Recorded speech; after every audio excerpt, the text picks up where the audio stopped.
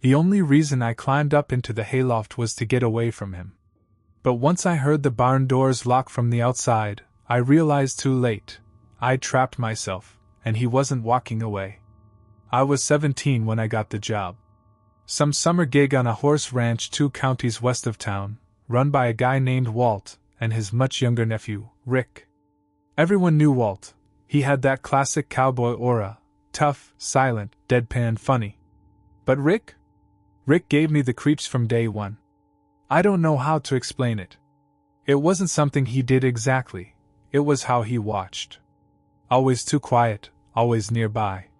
He had that look like he was mentally undressing people with his eyes, even when he smiled. The ranch itself was halfway collapsed. Walt was restoring it. The main house was still solid, but the barn was the kind of place raccoons went to die. Rotting beams, broken slats, hay that smelled like mildew. Still, Walt insisted it was worth saving. I showed up each morning at 6. Shoveled stalls. Hauled feed. Fed the 2 horses they still had left. One time, I walked in to find Rick brushing one of them, bare-chested, even though it was like 45 degrees out. I nodded at him, tried to keep moving. "You ever been inside the loft?" he asked, without looking up. I hadn't. Walt told us not to, it wasn't safe. The beams up there hadn't been reinforced yet. Rick just grinned. "Guess that's a no." That night, I heard something in my truck bed as I was leaving. Thought it was a raccoon. Turned out to be a dead rabbit, skin clean, just sitting there. No note. Nothing. I didn't mention it to anyone.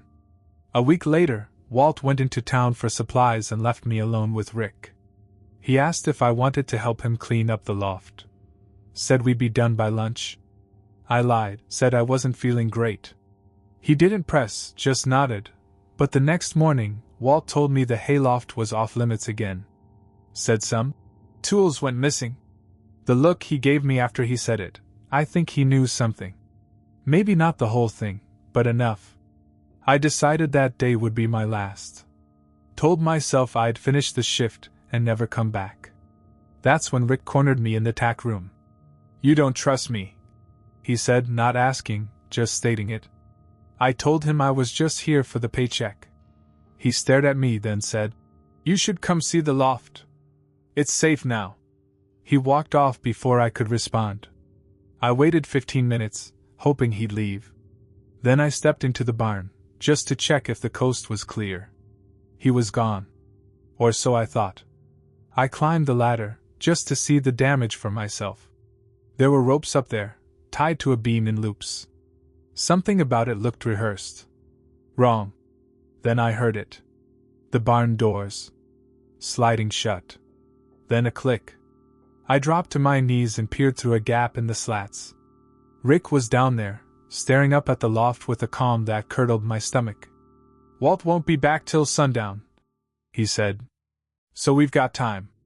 There are moments where your body goes numb before your brain catches up, like it's trying to protect you from what's about to happen. That's what it felt like as I knelt in the hayloft, looking down at Rick's face. He didn't yell. Didn't move. Just waited. Like he was giving me the first move, to see what kind of game I wanted to play. My hands gripped the edge of the loft floor. I could jump, but the barn was at least 10 feet down, and the floor below was all concrete and rusted tools. If I landed wrong, it was over. I'd be prey with a broken leg. So I did the only thing that made sense in that moment. I disappeared into the shadows. The loft stretched deeper than it looked. Piles of moldy hay, some stacked higher than others. I ducked low, staying quiet, and inched toward the far corner where the rafters dipped. I remembered seeing a hatch there once, used to pitch hay bales down into the stalls. If I could find that hatch, maybe I could drop down behind him, make a run for it.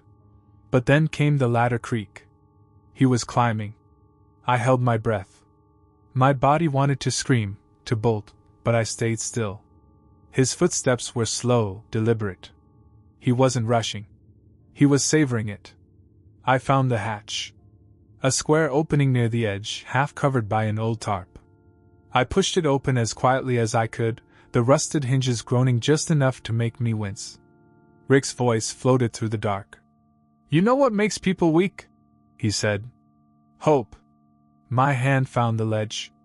I peeked down. Clear drop into the stall below. I could do it.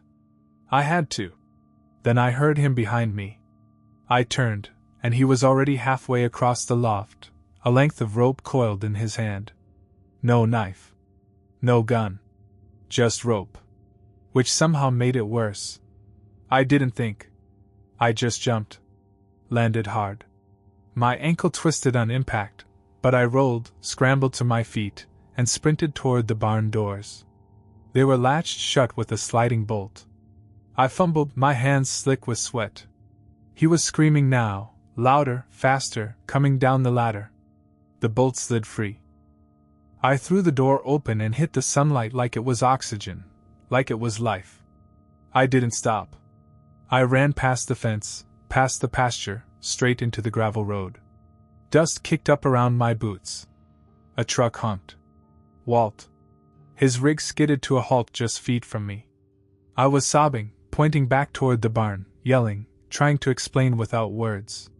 He didn't ask. He didn't need to. Walt reached under his seat, pulled out a shotgun, and walked toward the barn.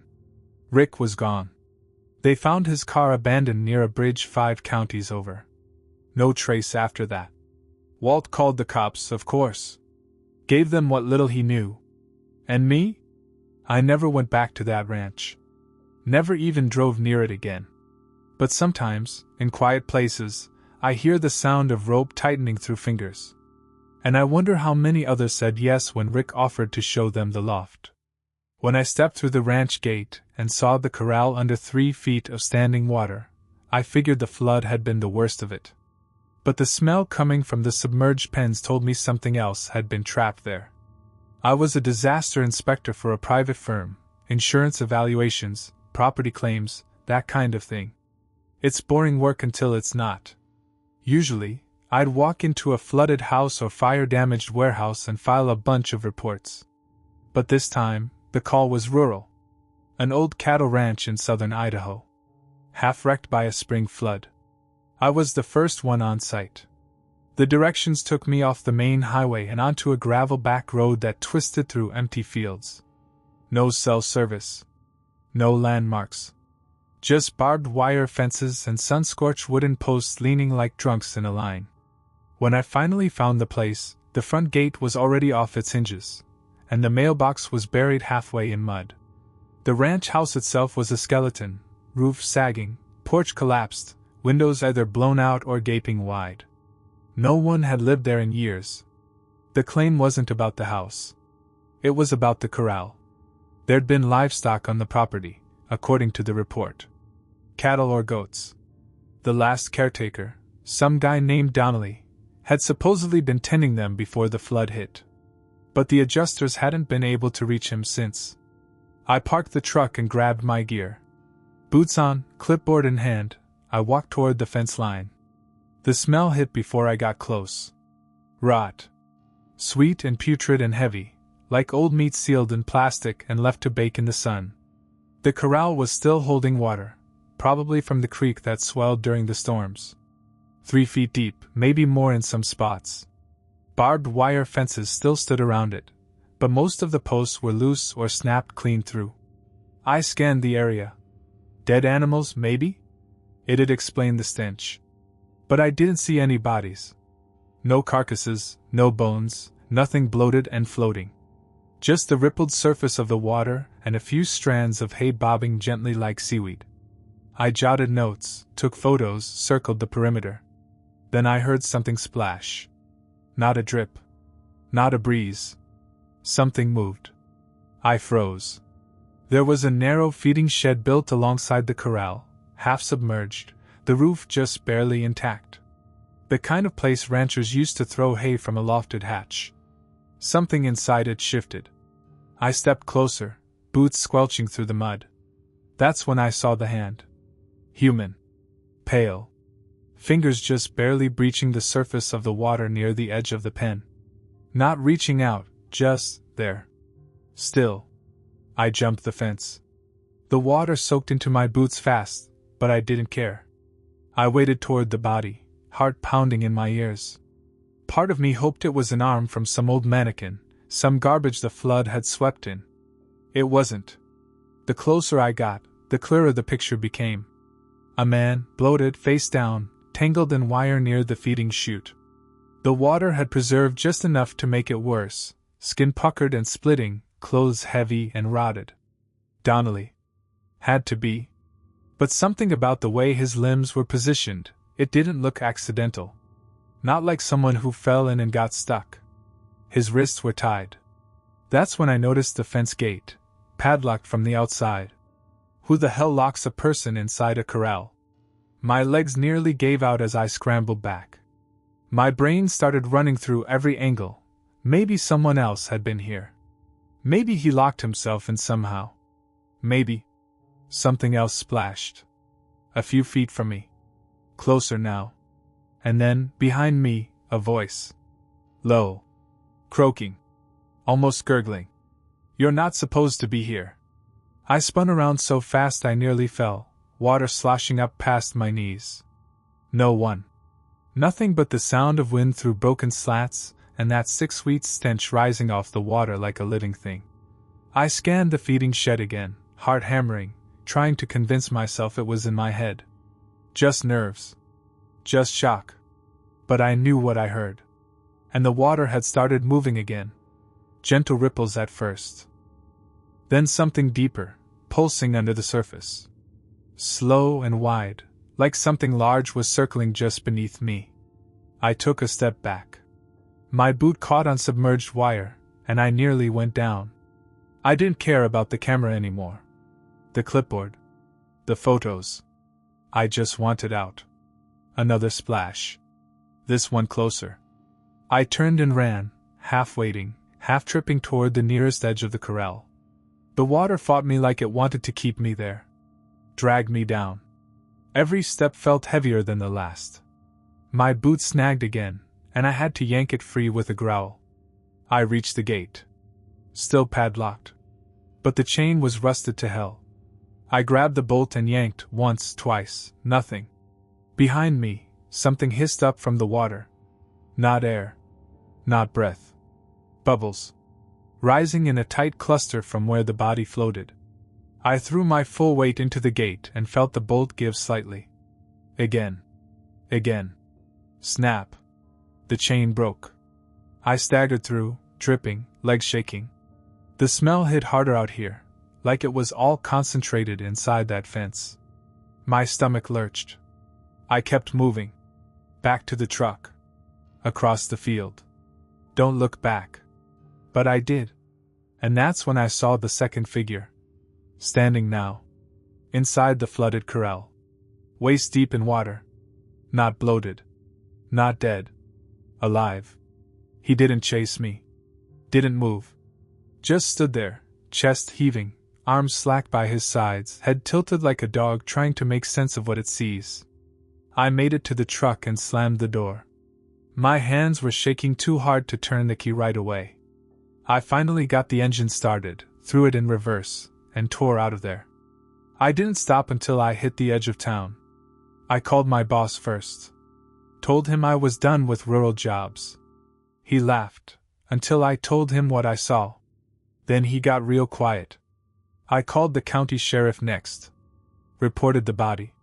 The corral. The water. I didn't say anything about the standing man. I didn't want to sound insane. Just said there may be multiple victims. Let them deal with it. 2 days later they called me back. Said they found the body. Confirmed it was Donnelly. Died of blunt force trauma. No sign of anyone else on the property. No prints. No footprints. No car. They asked if I had photos of the second figure. I didn't. I checked my camera. The shots from the corral were all there. Mud, debris, ruined fencing. But not a single photo of the water. Like I'd never even raised the lens. One of the deputies, older guy, local, told me off the record that the Donnellys weren't well liked around there. Had land disputes with neighbors. Some folks even accused them of running illegal fights, dogfighting, livestock cruelty, you name it. He said if someone wanted Donnelly gone, they wouldn't have to look far for suspects. But me? I can't stop thinking about that second man. How still he was. How he didn't blink. Like he wasn't afraid of being seen. Like he'd been waiting. I only took the job because it paid double the usual rate. But when I found human teeth mixed into the sawdust pile behind the barn, I realized I wasn't renovating an abandoned ranch. I was cleaning up after something. I'm a carpenter. Mostly framing and renovation work, kitchens, decks, small custom cabins. Nothing glamorous. So when I got the call about restoring a rundown ranch out near Red Mesa, I almost said no. But the guy doubled my rate before I even opened my mouth. Said he needed it done fast. Quietly. Said he had blueprints from the original homestead but no crew, and the whole thing had to be done under the table. No permits. No county visits. Just me, the wood, and the tools. It didn't sit right, but a paycheck's a paycheck, and I'd been behind on rent for 2 months. So I took it. The property was about 40 minutes off the main highway. No marked roads. Just GPS coordinates and a wooden stake with orange tape fluttering in the wind. The ranch itself was skeletal, just the house frame and an old barn leaning like it wanted to collapse. The rest was dirt and dry brush. No cattle. No fencing. No signs of life. The guy I was working for said his name was Vince, only showed up once. Dropped off a box of tools, pointed to the barn, and said that's where the original lumber was stored. I asked where the plumbing lines were, the septic, electric. He just said, "Don't worry about any of that." Then he left. I spent the first 2 days just clearing debris, scraping out half-rotted insulation, tossing rusted nails, patching old joists. It was hot, dry, and smelled like piss and pine sap. The barn was packed tight with junk, rusted chains, cracked glass, old farm gear, and a pile of sawdust taller than I was. That's where I found the teeth. I was shifting the pile with a shovel, trying to free up space to set my tools, when I noticed the glint. White, small, almost polished. I picked it up. Not a pebble. Not ceramic. A molar. A human molar. I dropped it. Started digging through the rest of the pile. Found 3 more. 2 cracked, 1 still root intact. They weren't old. No yellowing. No rot. Just clean and wrong. I told myself maybe some hunter dumped a carcass here. Or maybe it was some kind of animal tooth, boar maybe? But the moment I googled human molars and saw the exact same shape staring back at me, I knew. I should have walked then. But I didn't. Stupid curiosity kept me there. That night, I camped out in my truck, windows cracked, tailgate down, cooler by my side. Figured I'd finish the demo work in the barn and bounce in the morning. No need to make it dramatic. Around 2 a.m., I woke up to a sound I couldn't place. Not an animal. Not the wind. A grinding noise, rhythmic, slow. Like something heavy being dragged over dry wood. I grabbed my flashlight, climbed out, and swept the light across the barn. The door was open. I was sure I'd shut it before going to bed. Positive.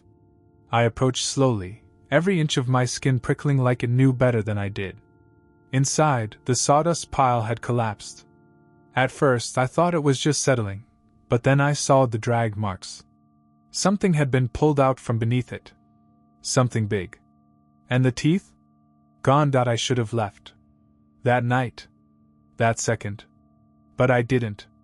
I told myself maybe animals had gotten in. Coyotes, maybe. Dug around in the sawdust and dragged out an old carcass. Teeth scattered. Problem solved. But deep down, I knew better. I backed out of the barn slowly, flashlight trembling in my hand. The night was dead quiet. No insects, no wind, no rustling brush. Just the distant crackle of something shifting inside those sagging walls. I got back in my truck and locked the doors. Didn't sleep. Just stared at the barn and waited for the sun. Morning didn't help. In the daylight, the drag marks looked worse. Whatever had been buried in that sawdust hadn't been small. I followed the path with my eyes. It led toward a half-collapsed tool shed beside the barn. A place I hadn't bothered with yet. I didn't want to go in. But again, curiosity, stupidity, ego. Take your pick. I opened the shed door. Immediately, the smell hit me. Rot. Real rot. Not roadkill. Not old meat. The kind that sinks into your lungs and settles there. The inside of the shed was a disaster. Dirt floor. Rotted shelves. But near the back wall was something I couldn't make sense of. A trench. Narrow. Just wide enough for a body.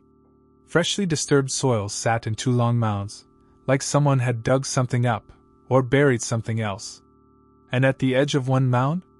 A boot. Half buried. Still laced. I didn't get closer. I walked out and called Vince. Straight to voicemail. I texted him. I found a boot in the shed. Teeth in the barn. Not doing this. Send someone else. No response. I packed my things. Tossed everything into the bed of my truck. Slammed the tailgate and turned toward the front of the property. And stopped. There was another man standing there. Not Vince. You know that jolt you get when your brain takes an extra second to process what your eyes see? That was this guy. Gray hoodie, jeans stiff with dirt, wide shoulders, hands at his sides like he was deciding what to do with them. He didn't say a word. I climbed into the truck. He started walking toward me. Fast.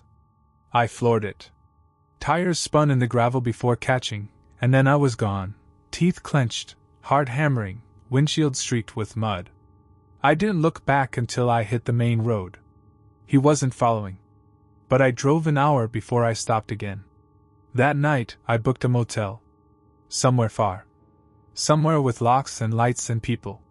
I didn't tell the cops, not right away. I didn't want to be connected to any of it. I didn't want someone showing up at my door in the middle of the night with rope or a shovel. But 3 days later I cracked. Called the county sheriff and gave them everything. Address. Vince's name. The shed. The trench. They called me back 2 weeks later. Said the ranch was empty. The shed was burned to the ground. No boot. No teeth. No sawdust. No Vince. They said there was no permit record. No land deed transfer. The parcel wasn't even listed under that name. It was just undeveloped land, sitting in a blind spot between counties. But I know what I saw. I still have one of the blueprints. Took a photo before I left, just in case. There's something odd about it. The barn layout doesn't match the actual structure. Neither does the main house. It's almost like the drawings were for something else entirely. Something beneath. I wonder if that's what I stepped into. A cleanup job. A burial site in disguise. A bad chapter someone paid me to erase. Next time you pass one of those old ranches half sunk into dirt and memory, you might think it's just a relic. Harmless. But some places? They're left behind for a reason. We only hiked out to the old Firewatch post because my cousin wanted to shoot drone footage. But when we found the ranch beneath it, with no road in or out, I realized something was wrong. Especially when we saw the smoke, and no fire. Every summer, my cousin Max drags me on some half-baked adventure for his YouTube channel. Drone flights, lost places, amateur exploring. Normally it's just overgrown cabins or rusted-out trailers. Stuff locals already know about. This one was different. He'd heard about an old Firewatch tower east of Glen Fork, abandoned since the 80s. Supposedly the hill it sat on used to overlook a working cattle ranch, but it had been left to rot decades ago after a flash flood cut off the road. No one rebuilt. No one cleared the path. He wanted sunrise drone shots. I wanted a weekend off. We left before dawn with our packs, cameras, and enough energy bars to survive a short apocalypse. The trail was steep, matted leaves, rocks slick with dew, switchbacks too narrow for anything bigger than a dirt bike. No cell service for miles. By the time we reached the top, the sun was clawing its way over the trees. The tower loomed overhead, charred legs, warped beams, and a rusted spiral stair. It looked like a structure trying to forget it ever mattered. But the view? Insane. From that height, we could see over the treetops, past the gulch, even into the long-forgotten basin below. That's when we saw it. A ranch. Nestled at the edge of a low valley. Tucked so deep in the trees it looked like a secret. The roof of the barn had collapsed, but the main house looked fine. Too fine. Shutters on the windows. Intact porch. A truck in the drive. But there was no road. No tire marks. No path. Just thick trees and dense overgrowth. And then smoke. Thin, gray, coiling from the house's chimney. I looked at Max. Thought this place was abandoned. He zoomed in with his lens. That truck looks brand new. Where the hell's the driveway? He shrugged. I felt my stomach clench. Max, of course, wanted to go down. He wanted context shots, maybe a quick peek around the property, even though there was no legal reason to trespass. But there was something about that ranch that chilled me. The way the smoke rose without flickering, like no one was tending it. The perfect stillness of it all. Still, I followed him. It took an hour to reach the base of the hill and push through the brush toward the clearing. I kept waiting to find tire tracks, an ATV trail, something. There was none. The forest had reclaimed every inch, except the ranch itself, which sat in a perfect, cleared oval, like a bubble of preserved time. And it was silent. No wind. No birds. No insects. Just the house. The truck was coated in dust, but the windows weren't fogged. The paint wasn't sun-bleached. Like someone washed it regularly but never used it. Max moved to the porch. I stayed back. He called out, loud enough to echo. Hello? Anyone home? Nothing. He climbed the steps. I wouldn't. I started. But he was already at the front door. He knocked. Called again. Still nothing. I walked around the side of the house, drawn by instinct more than reason. That's when I saw the horses. 4 of them. All dead. Lying in the shade beside the barn. Necks twisted. Flies buzzing. But no scavengers. No blood either. Like they just dropped. And inside the barn? A camera. Mounted on a wooden post. Blinking red. Recording. I stepped back so fast I nearly tripped over one of the horses. A camera. Recording. In a barn with 4 dead animals, no tracks, no road, no explanation. I called out to Max, my voice barely carrying. Hey, we need to go. Now.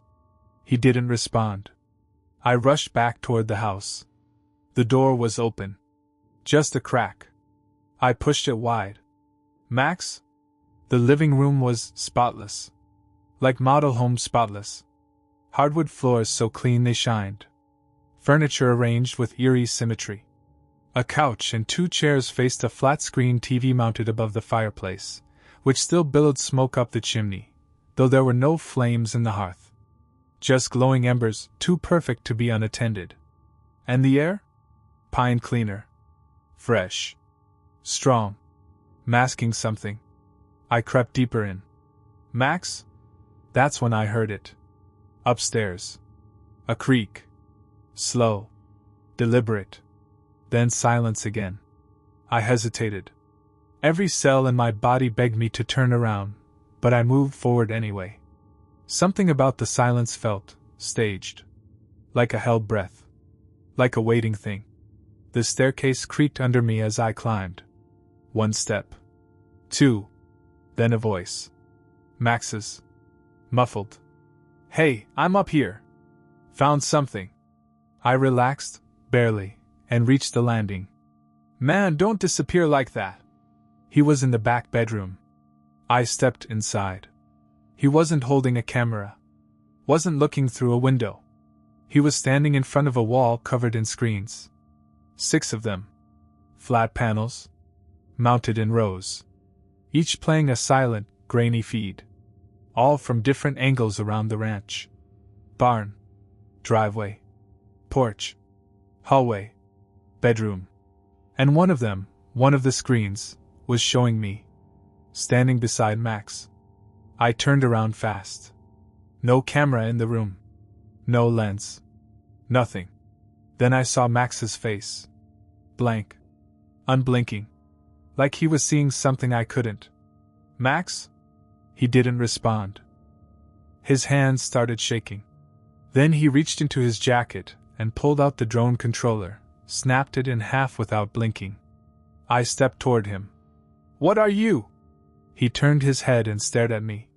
Not confused. Empty. I think, he said, voice flat. We're supposed to stay. I backed out of the room. Ran down the stairs, feet pounding like gunshots. I hit the front door, yanked it open, and froze. The truck was gone. Vanished. I turned toward the barn. The horses? Gone. Like they'd never been there. Just dry grass. Flattened. And the camera that was recording? Ripped off the post. Wires dangling. I ran. Didn't care where. Just away. Into the woods. Through brush and thorns and biting air. I didn't stop until the trees broke open and I hit the trailhead again. That night, I drove until my tank hit fumes. Slept in the cab of my truck behind a gas station. Didn't go home. Didn't answer calls. Max never followed. Never contacted me. 2 days later, his YouTube channel posted a new video. No title. Just the footage from the ranch. Drone shots. Then barn shots. Then inside the house. And at the very end, a still frame of me, standing beside Max in that upstairs room. Except my face was blurred out. And the file name? Subject_05. The brand wasn't what scared me. It was what had been burned into. Not cattle. Not wood. Flesh. Human. And the worst part? The skin was still warm when we found it, but there wasn't a body in sight. I wasn't supposed to be out there. Bellwether Ranch was condemned 20 years ago, maybe more. Locals said a wildfire ate the whole property. Others whispered darker rumors. Animal cruelty, a family feud that turned bloody, missing drifters. All the usual small-town fuel. Either way, the place was off limits. But my friend Levi? He didn't care about rules. He just wanted a cool backdrop for his indie horror short. I was the one with the camera gear and the truck. That's how I got dragged into it. We drove out on a Friday afternoon, followed the faded road signs until even the gravel gave up. The last mile was nothing but cracked earth and tire-eating ruts. The truck groaned as we crested the last rise. Then there it was. Bellwether. What was left of it? The house was a blackened husk, barely a silhouette of its former shape. One barn had collapsed entirely. The second, still standing, leaned like it had arthritis in the beams. Everything was overgrown with sawgrass and bramble. But there was a fence. A new one. Barbed wire. Stretched tight. Posts driven deep. Rustless. Recent. That's when I should have called it. Turned around. Instead, we climbed through a gap where a tree had crushed the corner. I thought no one came out here, I muttered. Levi laughed. Maybe someone's fixing it up. It didn't look like that. Inside the barn, the air was thick. Hot. Like the roof trapped all the sun and none of the wind. Dust motes danced in every flashlight beam. Tools hung from the walls, old, worn, but organized. A workbench stood at the far end, and behind it, a branding iron, freshly used. Still sitting in the coals of a long-dead fire pit, its tip stained black. The shape wasn't a ranch logo. Not initials. It was a symbol, almost tribal, but wrong. Crooked. Asymmetrical. It made my teeth itch just looking at it. Levi was fascinated. This is perfect, he whispered, eyes wide. We can build the whole story around this. He reached for the brand. I grabbed his arm. Don't touch it. That's when we saw it. On the ground, behind the workbench. A piece of skin. Not torn. Not ragged. Clean. Square. Like it had been cut out. 4 inches across. tan, still glistening. The brand was scorched into the center. And it was warm. I reeled back. Levi stepped closer. "I think it's human," he said, like he was identifying a piece of driftwood. "I think we should go," I hissed. But he kept filming. Kept circling. Kept narrating into his mic. That's when the barn door slammed shut. We both jumped. No wind. No footsteps. Just the sound of splintered wood locking us in with something we hadn't seen yet. Then, from outside. Whistling. Off-key. Slow. Approaching. Someone knew we were there. Levi whispered, "Did you hear that?" I didn't answer. Just grabbed his arm and pulled him behind a rusted stack of hay bales near the far wall. The whistling kept getting closer, dragging across the empty field like wind through bone. I'd never heard a tune sound angry before. We crouched, barely breathing. The barn door creaked open again, slow this time, like someone wanted us to hear every inch of the hinges scream. Then footsteps. Boots. Heavy. Deliberate. Whoever it was didn't say a word. Just walked in, stopped near the branding pit, and let the silence rot between the walls. I peeked between two bales. He was tall. Too tall. Wore a wide-brimmed hat that shadowed his face, and a leather apron stained dark across the chest. One gloved hand held the branding iron, still smoldering somehow, and the other? A belt with tags. Not cattle tags. Dog tags. Military. Worn. Dozens of them. He stood there for what felt like forever, staring down at the flesh square Levi had spotted. Then, he bent down, picked it up gently, and slipped it into a small pouch on his hip. Like it belonged to him. I yanked Levi's sleeve. We crawled, slow, silent, toward the back of the barn. There was a crawl space under the side wall. Maybe wide enough to squeeze through. Levi was shaking. Finally, he whispered, "Why the hell is he branding people?" I didn't answer. We got to the crawl space, dropped to our bellies, and started wriggling through. Dry dirt scratched my face. Cobwebs clung to my arms. I heard the boots again, closer now. Then the whistling returned. Same tune. Same slow, broken rhythm. I got through first and turned to help Levi. But he wasn't there. Just an empty space behind me. And then, his scream. It cut off in half a second. I bolted. I didn't look back. Made it to the tree line, hopped the broken fence, ran until my chest burned and my legs went numb. Only stopped when I hit the road. No service. No Levi. No sign anyone had ever been there with me. I drove to the sheriff's office the next town over. Told them everything. They sent 2 cruisers. An hour later they called me back. Said they found the barn. Said it was empty. No branding iron. No workbench. No tags. Just an old, hollow shell with charred beams and rat droppings. No evidence anyone had used it in decades. No Levi. I showed them the drone footage from earlier, the one clip Levi uploaded before the signal dropped. But it was gone. Deleted. Not by me. The only thing left in the cloud was a single still frame. The barn. Front-facing. And in the shadows of the doorway? That man. Half-lit. Holding the brand. Staring into the lens. Like he knew we'd come. They told me it was probably staged. Maybe Levi was pulling a stunt. Kids do this kind of thing all the time, they said. But Levi never came home. Never posted again. And last week? A package showed up at my doorstep. No return address. Wrapped in brown butcher paper. Inside? A square of leathered skin. Branded. And warm.